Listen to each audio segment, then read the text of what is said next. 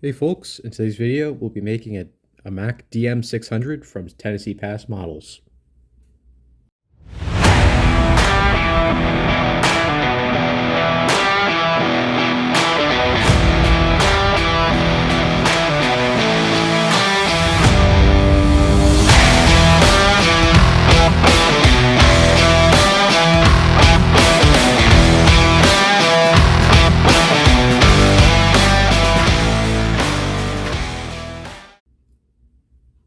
I'd like to start this off by saying I've already done some work to this just to make the cab fit. Odds are if you buy this model, you will too. Pretty much this thing was very tight fitting and it almost sat uneven.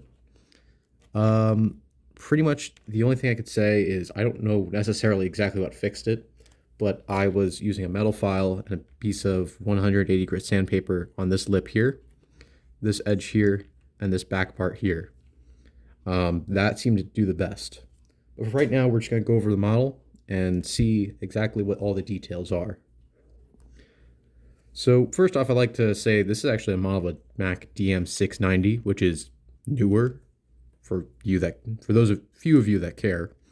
Really just the front nose is a little more round. That's really the only detail, and I'm going to be correcting that today. These windows here are honestly, like, these mirrors are insanely detailed, as well as the mirrors, because I mean, that tiny little, that's just insane. I didn't add any of this. There's even horns on the hood. And there's even, if I turn on my light here, you might be able to see it, that little blob there. Let me see if I can zoom in even more. That's actually the Mack logo of all things on both sides, which is just crazy that this is actually possible. Additionally, you can actually see inside the cab, there's not only a gear shift, there's also a steering wheel. Large front bumper, that's actually correct. And the mud flaps, of all things, actually have a TPM logo and an image of a woman sitting on a beach, which I think is just wild that actually any of this is possible. But for now, I'm going to stop talking and I will pretty much get into the video. I've already primed this with Tamiya Mr. Surfacer. That's really unnecessary considering for the Dodge Power Wagon. This one here never even did that.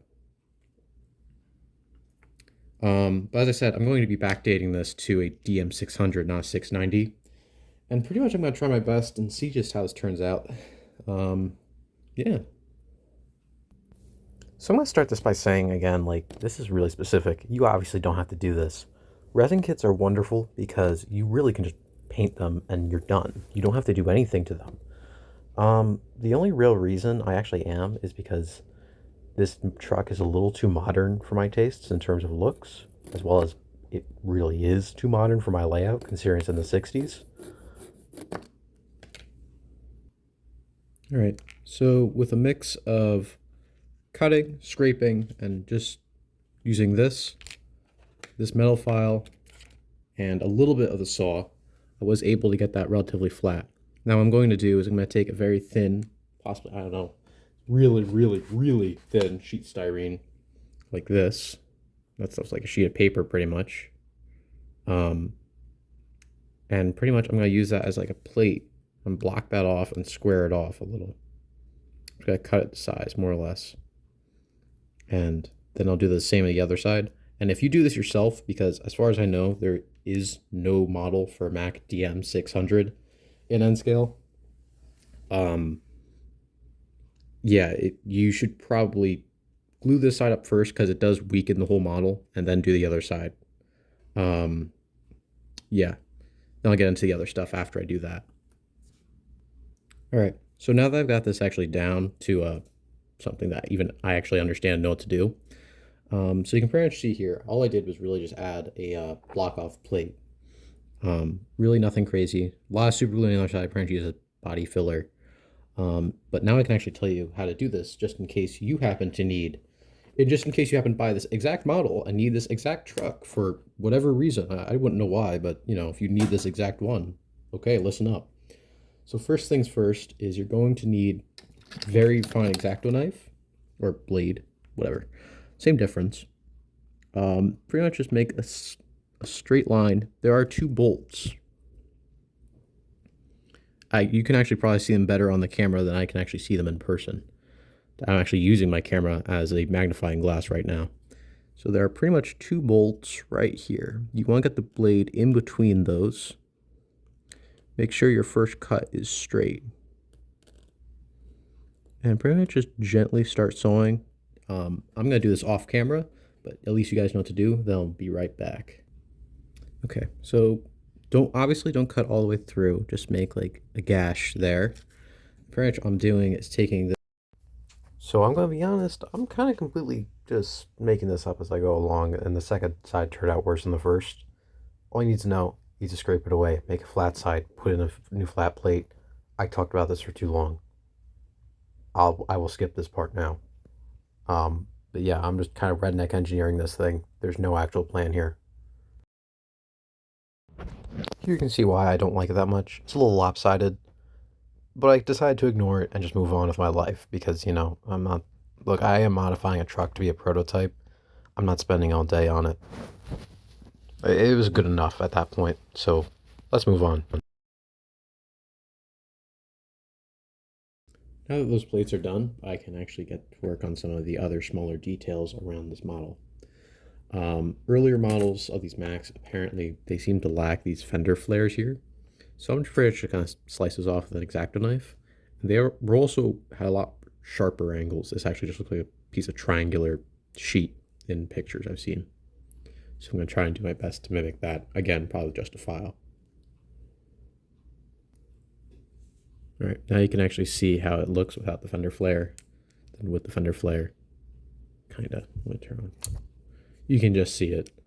And then actually make this look like just a square piece of sheet. Just kind of taking that and notching it out with a square file. There, that looks better. Just flattening that. And that too. Typically these earlier trucks, they just were made out of just pretty much just square cuts and a torch, more or less. So, all right, now that's done. You can see here the fender flares are much more, the fender flares are gone and the fenders themselves are much more squared off. Now, another huge detail about these things is the fact they actually have these very thick bars over the front grille. I'm going to mimic that by using this pretty thin wire and just, they're typically 5 bars, and just cut them to size and pretty much glue them in there. While you could sit here and watch me fumble around with some wires for about an hour, which is how long it took, I'm going to skip ahead because that's very boring, and it's very boring for me, and it'll be very boring for you. So, long story short, glue the bars in the right way the first time. And there it is. And I did say 5 bars. I only could fit 4. So, oh well.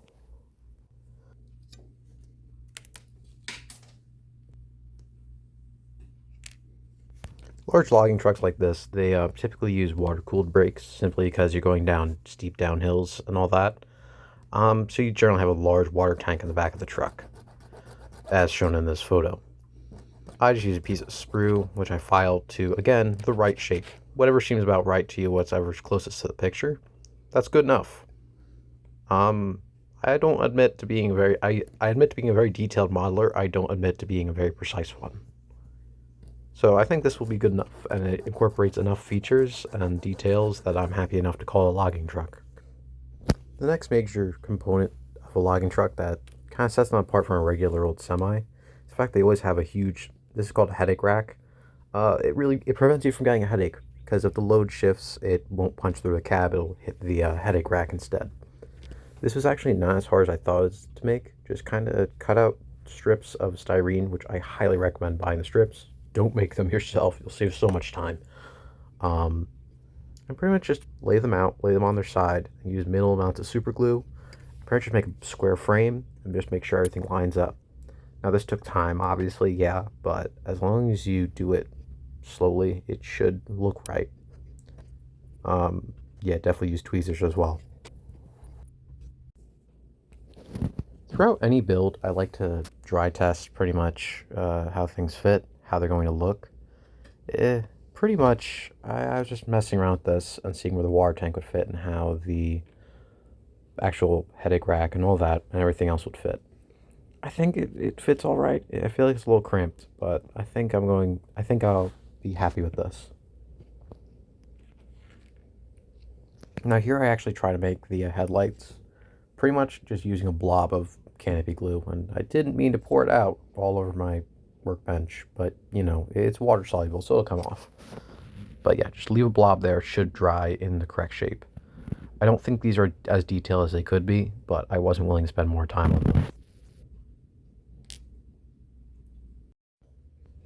After one final dry fit, I pretty much was happy with how everything looked and just started painting. Painting is pretty basic, black frame, and I decided to go a little more fancy with the body color, but you'll see that soon.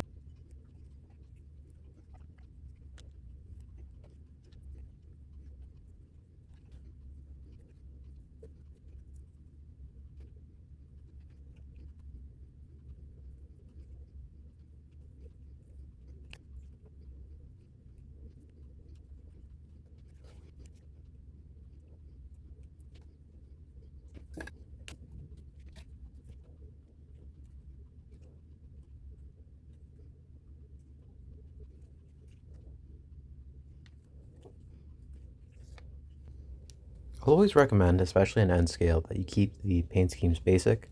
To be honest, there's a part of me that really did want to try like that fancy pinstriping we always see on trucks from the 60s and 70s, but I decided to, stay against it. It also helped that these trucks were heavy duty haul trucks, and they are rarely, if ever, painted fancily. They're mostly solid colors.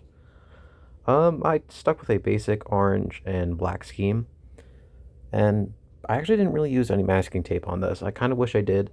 It might have made it easier, but I also didn't feel like cutting blue painter's tape into thin little strips and using it.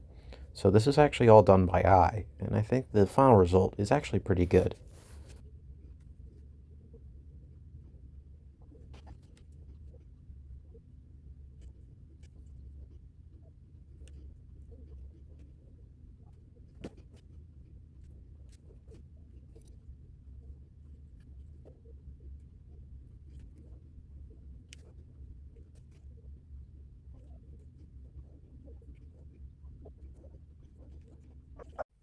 I'm also just going to take the liberty, and I'm going to assume that you guys aren't very interested in watching me paint for a whole hour. So I'm just going to fast forward through all this, and you guys can kind of just watch my work as I go. So I guess that means it's kind of time for a montage.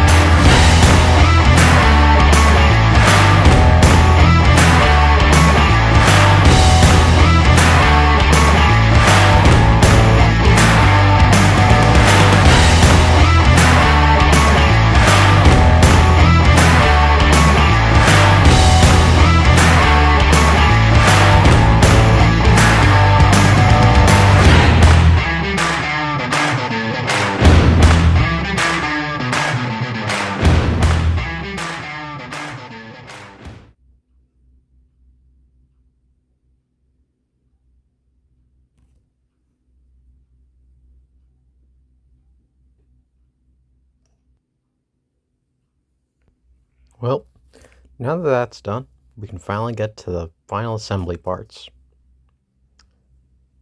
I also wanted to add a little driver here, so this figurine's been kicking around for a little too long, so looks like he'll finally have a use. The only thing is, though, I'm going to have to cut him in half, so Oh well. Branch, just apply a little drop of glue to the seat.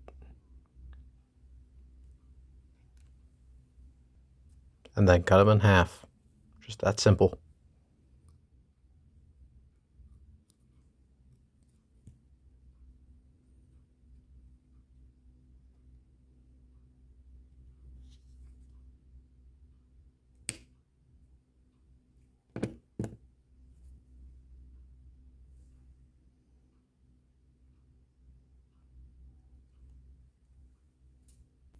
Here you can see all the finished parts, all ready to go together. I will say the final modification I did was I did shorten up the headache rack just by one rung because it was a little, just a little too tall. Now, canopy glue in this case was a real pain to do, but it's 100% worthwhile. Pretty much what you want to do when you're working with canopy glue is trace around the edges. Then, when you're done tracing around the edges with it, take a large flat sheet of something like styrene or card or something like that, and you're going to spread it across with a good amount of canopy glue actually on the sheet itself. That should give it enough surface tension, enough support to actually, make a window. Now that Here the I cab began this windows final are assembly. dried and I actually already they stuck the look very cab good, on because, well, it was a bit of a tight I'm fit. just going to move on to the But final assembly, and windows look I good, will and show you everything guys the seems end glued result. up.